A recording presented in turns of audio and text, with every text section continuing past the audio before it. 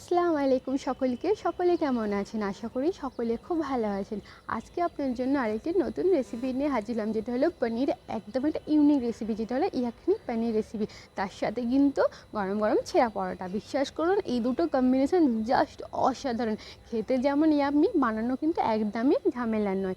এটা নিরামিষের দিনও কিন্তু বেস্ট অপশান বলতে পারেন, কারণ এতে আমরা পেঁয়াজ রসুন কিছুই ব্যবহার করি না। তার সত্ত্বেও এটা খেতে কিন্তু অসাধারণ হয়।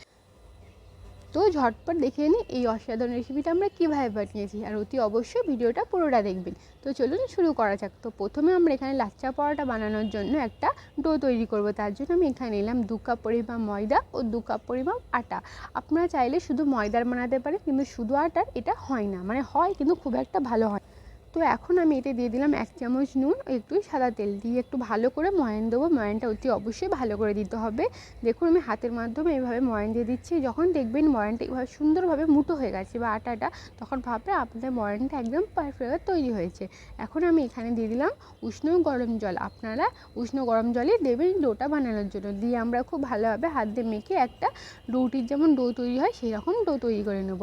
তো দেখুন আমাদের ডো কিন্তু তৈরি হয়ে গেছে। দেখুন আমি কিন্তু নরম ডো তৈরি করিনি, যেভাবে রুটির ডো হয় সেভাবেই তৈরি করেছি। এখন এটা আমরা 20 মিনিটের জন্য রেস্টে রেখে দেবো। এখানে আমি একটা বাটি নিয়েছি, তার মধ্যে দিয়ে দিচ্ছি কিছু কাজুগুলোকে আমি ধুয়ে নিয়ে ভেজাতে দেবো প্রায় 5 মিনিটের মতো। দিলে কাজুটা খুব সুন্দরভাবে জলটাকে টেনে নেবে, টেনে কাজুগুলো ফুলে যাবে। তো দেখুন আমি কাজুগুলো ভেজাতে দিয়েছি। এখন আমরা একটা মশলা তৈরি করব। তার জন্য একটা প্যানের মধ্যে নিলাম 1 চামচ জিরে, 1 চামচ নিলাম গোটা ধনে, দিলাম কিছু গোলমরিচ, দিয়ে দিলাম কিছু দারচিনি। এখন দিয়ে দিচ্ছি 2টো শুকনো লঙ্কা ভেঙে, দিয়ে দিচ্ছি একটু মৌরি। এখন দিয়ে দেবো একটা বড় কালো এলাচ। দেওয়ার পর এখন দিয়ে দিচ্ছি সামান্য, মানে 5টার মতো কাবাব চিনি বা শেজওয়ান পেপার। দেওয়ার পর আমরা ভালো করে এগুলোকে মিক্সড করে নেবো। নিয়ে আমরা লো ফ্লেমে এগুলোকে ভাজা করতে থাকবো। এখানে আমি 200 গ্রামের মতো পনির নিয়েছি। পনিরগুলো নিয়ে এখন আমরা সুন্দরভাবে কিউব করে কেটে নেবো। যেহেতু আমরা এটা পনিরের তরকারি বানাচ্ছি, তাই পনিরের পরিমাপটা একটু আমরা বড় বড় সাইজে রাখবো। তাই আমি পনিরগুলো একটু বড় বড় সাইজেগুলো কেটে নেব। তো আমি এভাবে ছুরি দিয়ে ধীরে ধীরে পনিরগুলোকে কেটে নিচ্ছি। দেখুন আপনারা চাইলে ছোট ছোট করেও কাটতে পারেন, তাতেও অসুবিধা নেই, কারণ পনিরের এই তরকারিতে পনিরটা একদমই ভাঙবে না। একদম যেই পরিমাপ কাটবে বা যেই সাইজের কাটবে সেই সাইজেরই থাকবে। তো তার সত্ত্বেও আমি একটু বড় বড় সাইজেরই কেটে নিলাম, দেখতে একটু ভালো লাগার জন্য। দেখুন আমি এইভাবে সবগুলো কেটে নিয়েছি। দেখুন আমার সবগুলো কাটা হয়ে গেছে। এখান থেকে আমি কিছু পনির তুলে নেব।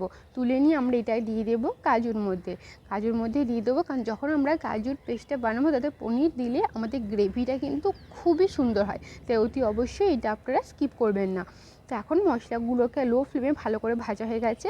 এই যে মোটা কালো এলাচটা আছে, এলাচের আমরা বীজটা বের করে ছালটা ফেলে দেবো। এটা গরম হয়ে গেলে ইজিলি এটা বেরিয়ে যায় বীজগুলো। তো এখন ভাজার পর আমরা এগুলোকে একটা মিক্সারে দিয়ে দরদরা পেস্ট করে নেবো। আমরা কিন্তু একদম মিহি পেস্ট করব না, এইরকম টাইপের পেস্টটা তৈরি করব। তো এখন এটা রেডি হয়ে গেল। এখন আমরা যেটা করব, একটা প্যান নেবো, প্যানের মধ্যে দিয়ে দেবো ঘি। আপনারা চাইলে সাদা তেলও ব্যবহার করতে পারেন, কিন্তু দেশি ঘি রান্না করলে এই তরকারিটা কিন্তু খেতে আরও বেশি ইয়াম্মি হয়। তো এখন আমি ঘিয়ের মধ্যে পনিরগুলো দিয়ে লাল লাল করে ভাজা করে নেব। দেখতেই পাচ্ছেন খুব সুন্দর করে আমাদের পনিরগুলো ভাজা হয়ে গেছে। তো আমি যে কাজু ও পনিরটা রেখেছিলাম সেটাকে পেস্ট করে নিলাম। দেখুন কত সুন্দরভাবে আমাদের পেস্টটা রেডি হয়েছে। এখানে একটা বাটির মধ্যে আমি নিয়ে নিয়েছি সামান্য টক দই। দিয়ে আমরা টক দইটাও খুব ভালোভাবে ফেটে নেব। তো ব্যাস টক দইটাও ফাটা হয়ে গেছে। এখন আবার একটা প্যান নিয়েছি, পনির ভাজার যে এক্সট্রা ঘিটা ছিল আমি সেই ঘিয়ে কিন্তু তরকারিটা করব, তাই সেই ঘিটা আমি প্যানের মধ্যে নিয়ে নিলাম।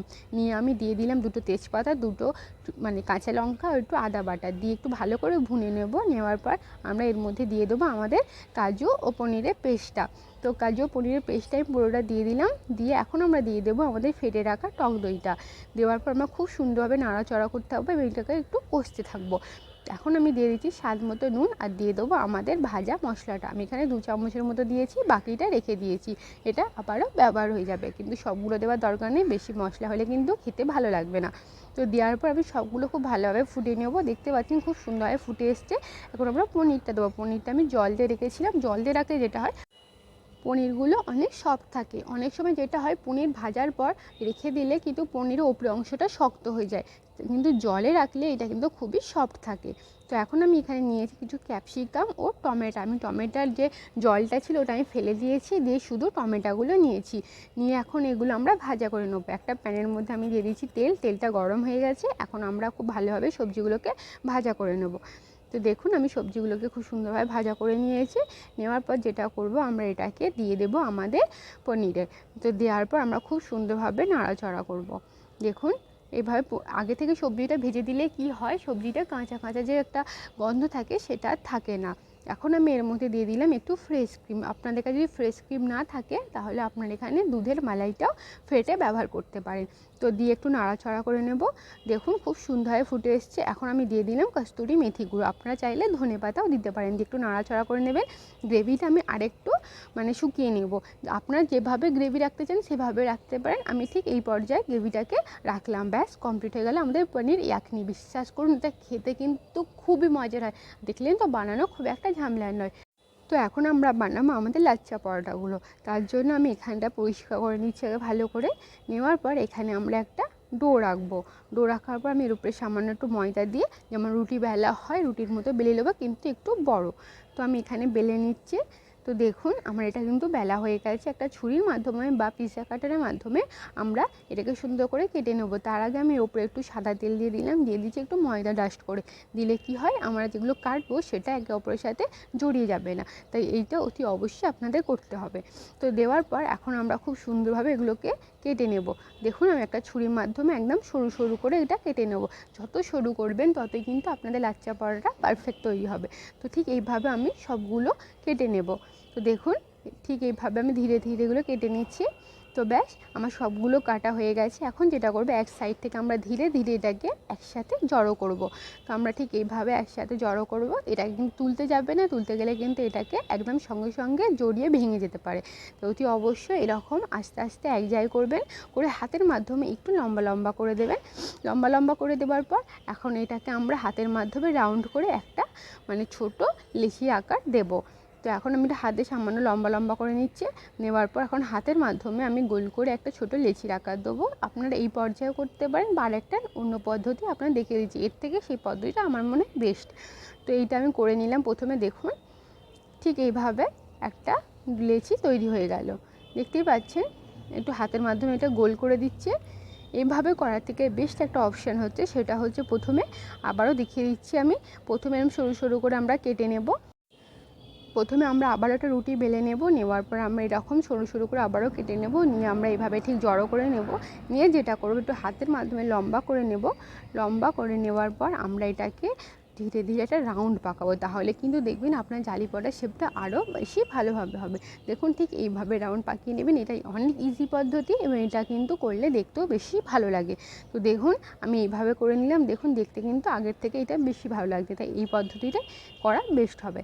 তো দেখুন আমি এইভাবে সবগুলো করে নিলাম। এখন আমরা এগুলোকে বেলে নেব। এই লাচ্চা পরোটাগুলোকে খুব পাতলা করে বেলার দরকার নেই, একটু মোটা মোটা করে বেললেই কিন্তু বেশি ভালো হয়।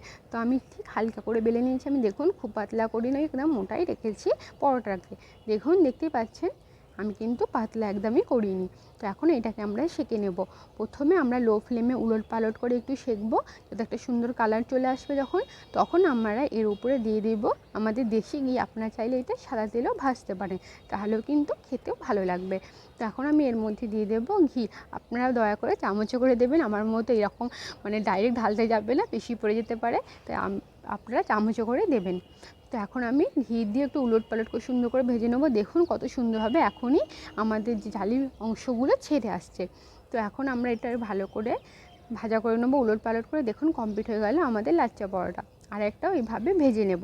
দিয়ে ভাজার পর এরকম দু হাত দিয়ে দুই সাইডে হালকা হালকা প্রেস করতে হবে। প্রেস করলে কি হবে, যতগুলো লাচ্চাদার আছে ওগুলো অটোমেটিক ছেড়ে যাবে। দেখুন কত সুন্দরভাবে এটা তৈরি হয়ে গেল। দেখতেই পাচ্ছেন খুব সুন্দরভাবে কিন্তু এগুলো ছেড়ে গেছে এবং খুব সুন্দরভাবে এটা রেডি হয়েছে। তো ব্যাস এখন এটা আমরা গরম গরম পনির ইয়াখনির সাথে সার্ভ করব। তো ব্যাস কমপ্লিট হয়ে গেল আমাদের লাচ্চা পরোটার সাথে পনির ইয়াখনি। বিশ্বাস করুন এই দুটো কম্বিনেশন সত্যি অসাধারণ। তো ভিডিওটা কেমন লাগলো অতি অবশ্যই জানাবেন, লাইক করতে ভুলবেন না। টাটা, দেখা হবে নেক্সট।